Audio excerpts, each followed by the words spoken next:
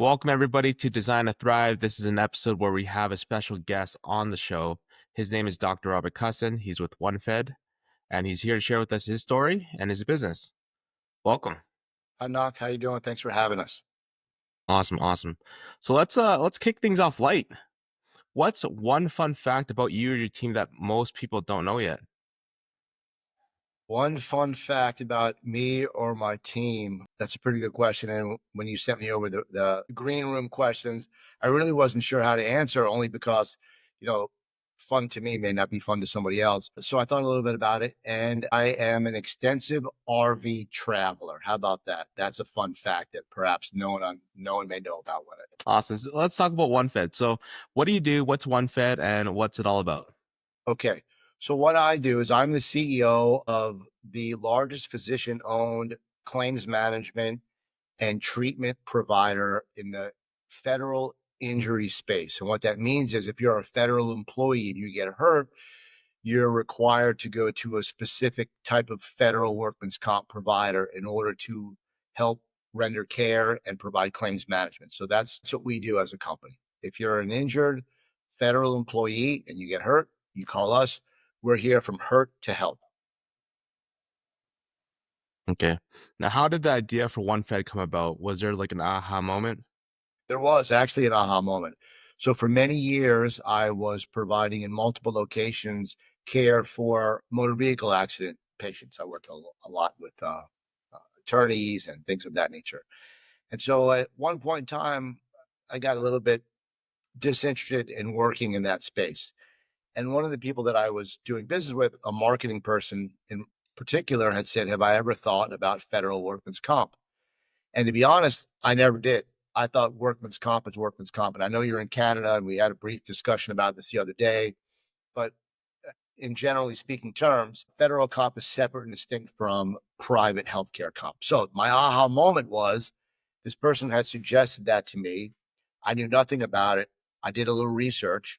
I found out that not only do providers, medical providers, and chiropractors and physical therapists have a difficult time doing this, the general population, specifically federal employees, don't have an easy time finding a provider that not only wants to help them, but is able to help them get a claim approved.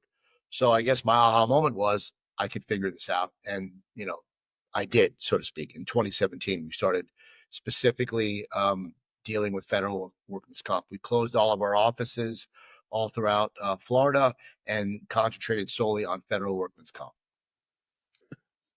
You closed all your offices in Florida. What were you doing beforehand? Well, as I said, I was providing care for motor vehicle accident patients, sports injuries, family care, things of that nature. So we had multiple locations. And once I figured out how to properly provide care, create the reports, get billed, and claims accepted, I closed all my offices down and we opened up a big 5,000 square foot office just outside of Fort Lauderdale to solely concentrate on federal workers' comp. So I closed my other offices and opened up one big practice. So, beginning a new venture, and I always love hearing about day one stories. What did your very first sale or client win look like? Well, that's another one. So this lady, we'll call her patient Z. Her last name started with Z, and she was a transfer from another facility in Miami, which is about 30 miles away. And she had multiple open claims, and all of those claims were on what is called in OWCP language, a denial of claim. So we had to do what is called a reconsideration, which is reopening the claim and providing new evidence in order to get that claim approved. It took approximately 6 months to get all of her claims reopened and approved. And so the win, I wouldn't really call it day one. We received her as a patient on day one, but the win didn't happen until sometime later. So I find that to be one of our greatest accomplishments, having just first ventured into the federal workman's comp space. There are no manuals. There's no training online, or at least there wasn't in 2017. Was telling anyone how to do any of it. And I figured it out. Me and my team figured it out. And so I would consider that a pretty big win. That propelled us into the space that we're in now, which is nationwide. We practice in 10 states. Perfect. What's your bread and butter right now? Any particular service or offer that's driving the most growth? Well, our bread and butter is still injured federal employees. We provide treatment services in our network of locations, and we also do claims management and billing. So it's full circle of care. Someone calls our office, we find out where they're located, we do a claims management intake, and then we schedule them with one of our network doctors to be seen, and then they provide physical therapy. So that's our bread and butter. Our bread and butter is injured federal employees, and that's all we do. That's all we see is injured federal employees. Okay. And in an industry like yours, trust is huge. What systems do you have in place to build and maintain patients' trust?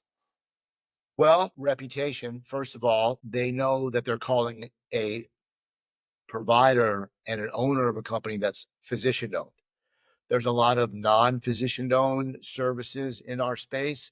And so, right off the bat, we have built in credibility. Secondarily to that, all of our processes are HIPAA compliant, from the paperwork to the submission of the paperwork to the retrieval of the paperwork through Dropbox management, through claim submission, through our Zoom interface with our physicians. All of those are HIPAA compliant. So all of those build in trust. And the fact that we have 100% claim approval is enough not to have a guarantee on the box, so to speak. So they know when they call us, their claim will be approved. They won't have to worry about any interference between getting care and getting back to work. So you've been operating since 2017. Well, I've been in practice outside of the federal space since 1998, but exclusively dealing with injured federal employees since 2017. Yes. And ever since then, you had 100% claim success rate, approval rate. Well, let's not be 100. Let's be 100% transparent. Okay. The first pass to OWCP is probably the 97 to 98% success rate. The second pass with what is called a developmental claim or reconsideration is 100. But the most important thing to realize about what our services provides are, we'll see a claimant without an approved claim. We will not interfere with their therapy or their medical provider contact, even if the claim gets denied. We'll continue care because we know that we'll get it approved. And so there's no interruption of treatment, which is a lifesaver.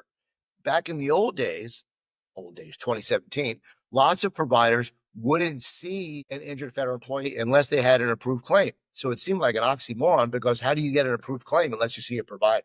So we bypassed all that. We created our own secret sauce. We know exactly what OWCP, which is the governing insurance provider for federal workman's comp. We know what they want, and we provide the reports based on what they want. And so first pass 97%, second submission 100. So yeah, it equals 100, but the claimant is none the wiser because their care isn't interrupted. So as far as we're concerned, it's 100%. Awesome. Now we're going to dive into some challenges and lessons you've learned over the past years you've been operating the business. Every business obviously hits roadblocks. What's been one of the toughest challenges so far, and how did you push through? Well, the challenge that continues to be the greatest obstacle for us is dealing with the gatekeepers. And in this particular sense, the gatekeepers are the union leaders. So there's some union leaders that understand that this is out of their purview, managing injury care and claims. And they basically say, hey, listen, you guys are the experts. Just make sure you provide the best oversight and care for our members. And they're in alignment. Some just don't understand that they're able to make a decision outside of what their national unions permit them to do. And they get stuck in the mud and they end up not wanting to work with us or anyone for that matter. So that's a big challenge because at the end of the day, the local unions are under the direction of the national. So if I call a local union in Detroit and I introduce myself and our services, they may be interested in doing work with us in the sense that we help solve a problem for them, and others may just not be interested at all. So that is the biggest challenge. It remains to this day the biggest obstacle to growth. So we're trying to come up with other ways in order to reach the federal workers not necessarily the gatekeepers. And that's a challenge as well, too, because there's only 2.25 million federal employees, and, they're not always easily accessible through advertising or Facebook, because you can't do a national ad campaign for 2 million people. That's not cost efficient. So you have to find out where they live. And I'm putting live in quotes, like, do they live on Facebook or TikTok or all those things? The usual and customary social media obstacles that all entrepreneurs must face depending on what their product and service is. Okay. Now, if you had a magic wand to instantly solve one business bottleneck, what would it be? Well, the magic wand would be to have one giant Zoom meeting with all the local presidents and all the states and cities that we're in and tell them what we do, and, sprinkle the fairy dust and go, you don't have to worry about injured claims anymore. You don't have to worry about finding a provider. You don't have to worry about your members getting a claim denied and not being able to get back to work. So that would be the magic wand that I'd love to wave. And unfortunately, it's a little bit of a challenge still. So, AI is a buzzword everywhere nowadays. How are you seeing AI impact your space right now? Yeah, that's an excellent question. So I created some proprietary software, as I explained earlier on in the podcast. OWCP, the insurance provider, if you will, requires certain information. So I created some proprietary software. So within that proprietary software, we have the ability to work with AI in order to create certain information for the narrative or for certain pieces of information that OWCP looks for. So I've been using that exclusively, and it's been really, really nice to not have to create the content for a particular report when ChatGPT is able to do it very, very simple. I'll give you, for example, I'll take a diagnosis code, an ICD-10 diagnosis code. Do they do ICD-10 in Canada, or are they still ICD-9? Are you familiar? It's okay if the host doesn't know. That's fine. I'll give you a pass on that. ICD-10 is the International Declaration of Codes that provide providers to have a numerical value to a diagnosis.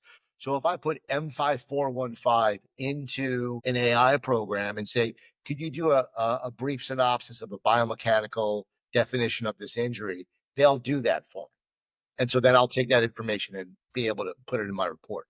So yeah, AI has been really great for this, you know, two finger typer kind of guy since I've been in practice since 1998. So yeah, it's been awesome. I love it. I rely on ChatGPT.